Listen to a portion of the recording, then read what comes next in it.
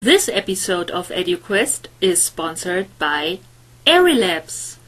Labs is creating the next generation of social learning games for kids.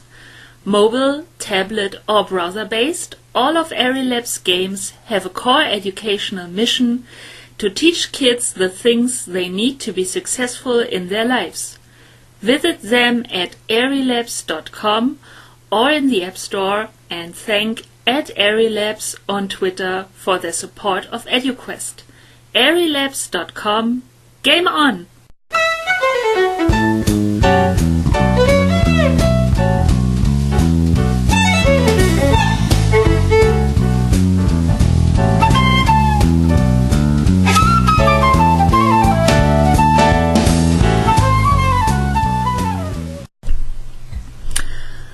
Hi everyone. Our EDUKWEST holiday episode with Brennan Knotts of KinderTown. And although I declared yesterday's episode already the holiday episode, I was thinking that even more so it is today. So Brennan, welcome and very happy to have you on the show. Thank you. And, since it is the holidays, I'm back home for the holidays, and you'll see I'm in my little sister's room using the internet. So these aren't the KinderTown offices, but they are kind of cute. Well deserved after a year of hard work, and isn't it nice to spend some days with the family? It definitely is. Not that there are really any days off this week, but we'll be doing a little bit of work every day. But yeah, it's good to be home. Yeah. And KinderTown itself, so basically to summarize the idea and what sort of the tagline also out in the tech press and education tech press or blogs is basically KinderTown is, and you are building an app store for preschoolers, so applications dedicated to a preschool audience, and therefore, of course, at this age, targeting the parents who, of course, choose which apps are of an educational value for their kids.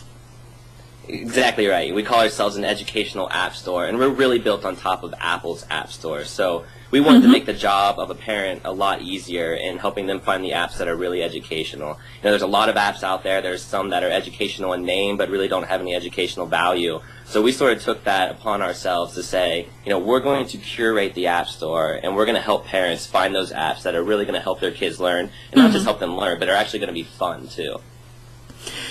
And as you said, you're currently available for iPhone, iPad and iPod Touch, and I think just due to the number of applications and also people developing for the Apple system, it was somewhat, at least at the beginning, the logic step to go for the Apple environment. Do you think with all the challenges, also opportunities, Android has in a step maybe later next year or something you could imagine to spread into the Android system as well? Yeah, it's something we talk about a lot. I mean, I'm personally a big Android. I don't know if I'd call myself a fanboy, but I'm a big Android fan. I have an Android phone. But then I have an iPad and an iPod Touch, so I like to play in both worlds, and I think there's huge opportunities in Android.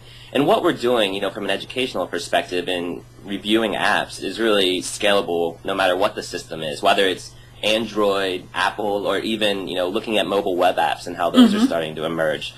So it's a conversation we have quite frequently, but as you were alluding to, it just made perfect sense to start with Apple, just because they do have a lot of the momentum, and they're a lot more mature in their marketplace. Absolutely. Definitely in the future we're looking at Android and we're looking at mobile web too. We might skip Android specific and go straight to building out some sort of mobile web device. We'll see. I'm sure a lot's going to change between now and the next 12 months. We are moving forward at such a fast pace, so it is always hard to say even what might happen in the next 3 months or something. But right, exactly. But we could basically say that one of the objectives, or maybe the objective, is that you establish yourself as the source where parents go on the web if they choose valuable but also fun educational apps. Exactly. I mean, we do want to brand ourselves that way, and we want to be more than just about the technology. So, when we got into KinderTown and really started looking at what the opportunities were here, we sort of approached it from the angle of, how can we help parents be better teachers? For the first time with this touch technology, with the iPad and, the iPod touches, very young children can start to interact with educational software. And that creates a lot of opportunities, but it also creates some pitfalls because you start to get this technology coming between the parent and their kid, and you end up getting less interaction between the two than more. So, we're really focused on being that destination where parents come to find great apps, but also come to find guidance on, how should I just be playing with my kid that's in a meaningful way. So we really, like I said, we're using technology as a facilitator and not just the end game.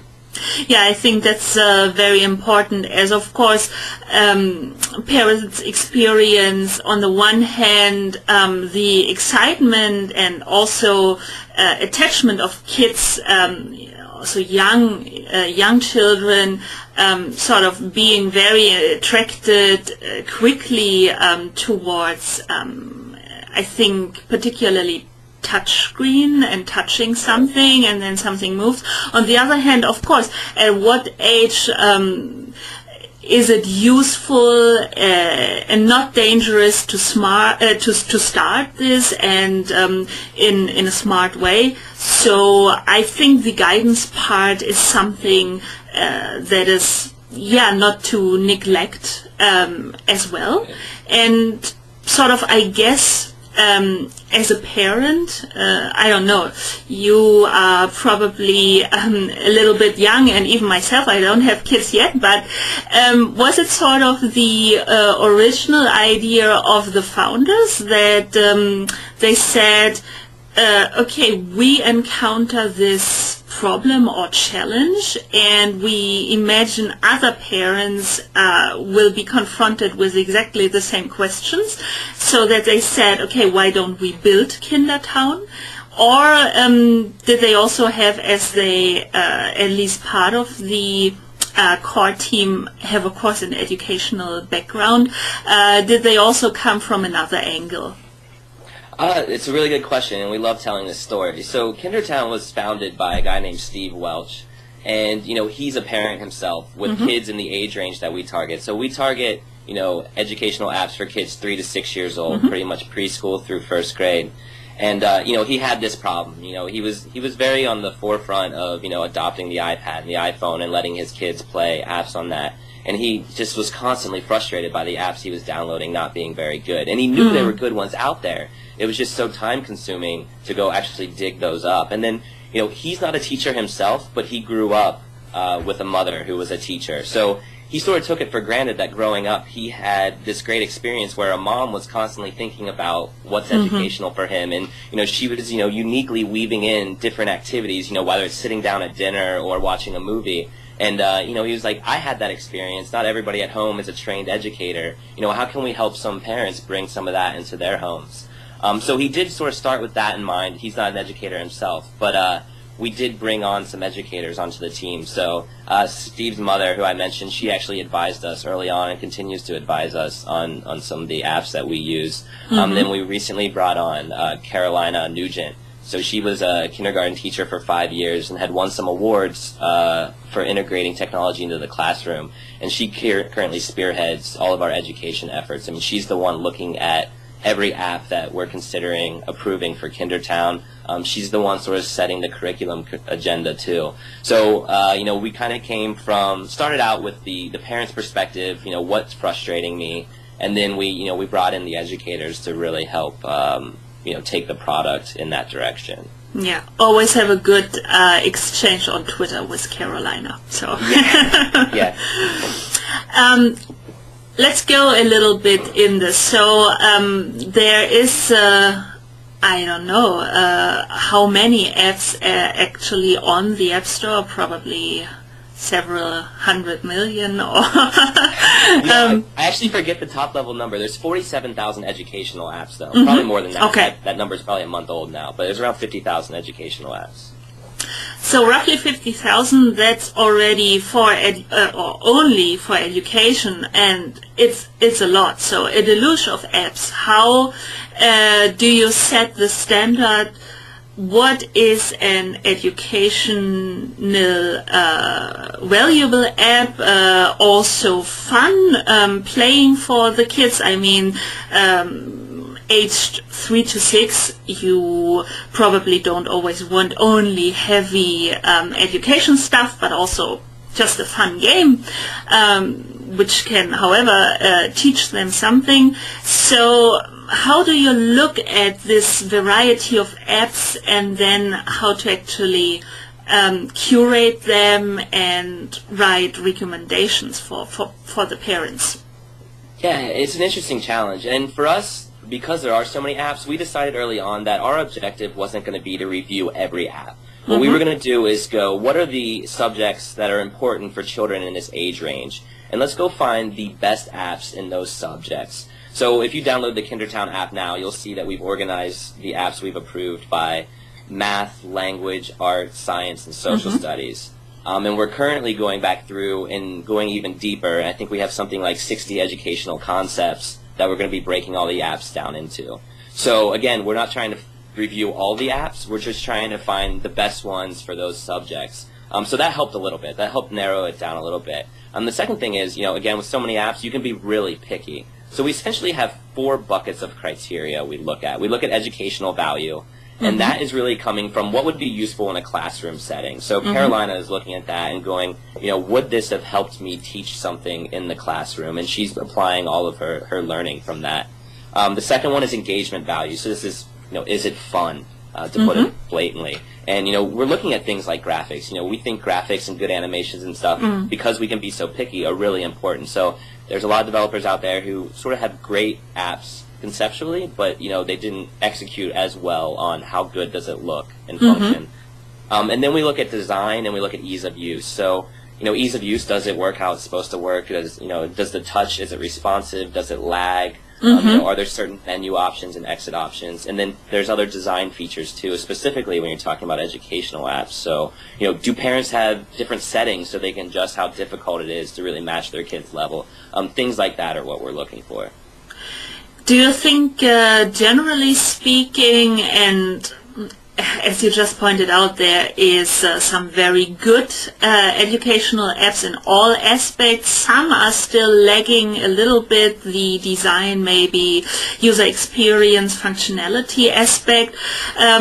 Is it a little bit a problem of education that, let's say, the maybe best developers, but I know that's very plain and too broad, but let's call them the best app developers, still concentrate on other things like normal games or other applications, and don't necessarily look in the opportunities they had in education?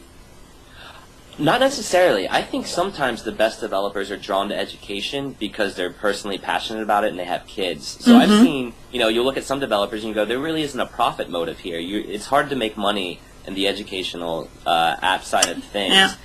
And yet they're drawn to it and they develop some cool stuff for it. So, no, I would say, if anything, the education category kind of attracts a lot of talent because there is, more of a personal motive than just a profit motive.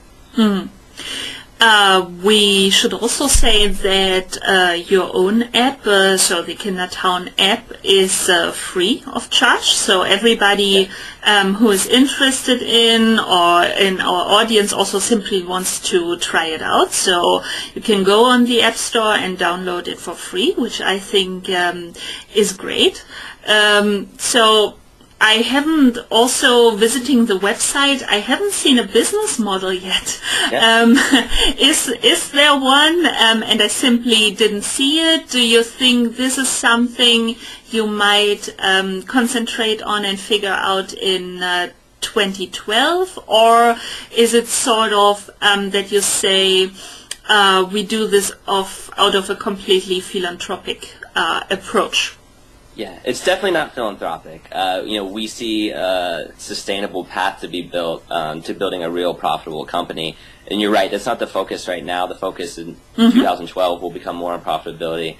So we do make a little bit of money off of affiliate fees from iTunes and the App Store. So, every time we recommend an app, we get a small portion of that, which really doesn't amount to a lot, but it's not insignificant. And then beyond that, we're really focused, from the business side of things, on building out this dedicated audience in this channel. In a way, we share the same struggles that a lot of app developers share. So I was alluding to the fact that it's hard to make money in the educational app store. And there's some great apps out there. But the problem is, if you're a developer developing an app for a 4-year-old, you got to compete with, an app that's maybe developed for a teenager. And it's really hard for the people who want to find your app to find you. So what we're trying to do is build out this new distribution channel, this very niche distribution channel to help these apps get discovered so that these developers can make money and build real businesses. And we know there's value on that. There's money to be made in building out that distribution channel. So there's a lot of different ways we've talked about, how this can become profitable and how we can monetize it. And we'll be testing those in 2012. Currently, how many apps have you reviewed or maybe recommended compared with the number? I suppose due to also some nice press you got just over the recent weeks, which is great, I think, that more and more people discover you and probably also approach them maybe with their apps. Can you give us some numbers there? Yeah, gladly. So we launched pretty quietly in terms of reaching out to other developers. So we mostly went out and did the investigative work ourselves, and we looked at parent blogs, we looked in the App Store, and just tried out a bunch of apps and picked the best ones to launch with. But since that time, as you alluded to, we had the TechCrunch article, and we did have, I think, between 200 and 300 app developers reach out to us and ask us to look at their apps, which we've done. We were glad to see that because we really want to build a community of app developers who are all kind of, sharing the same struggles and challenges. So just from incoming app submissions, we have about 200 or 300. And then right now in the KinderTown store, we've approved, I think, about 180. And that changes. We release new apps to the store every Tuesday. We like to do it in one fell swoop. So, every week we release between 5 or 10 apps that have reached our approval. And that feels like a pretty comfortable number. That's a lot for parents to sort through, even with the way we've organized it. So we've got some decisions to make on how we want to grow bigger. Because like I said, we don't want to necessarily have a ton of apps. We just want to have the best apps in each category. Yeah.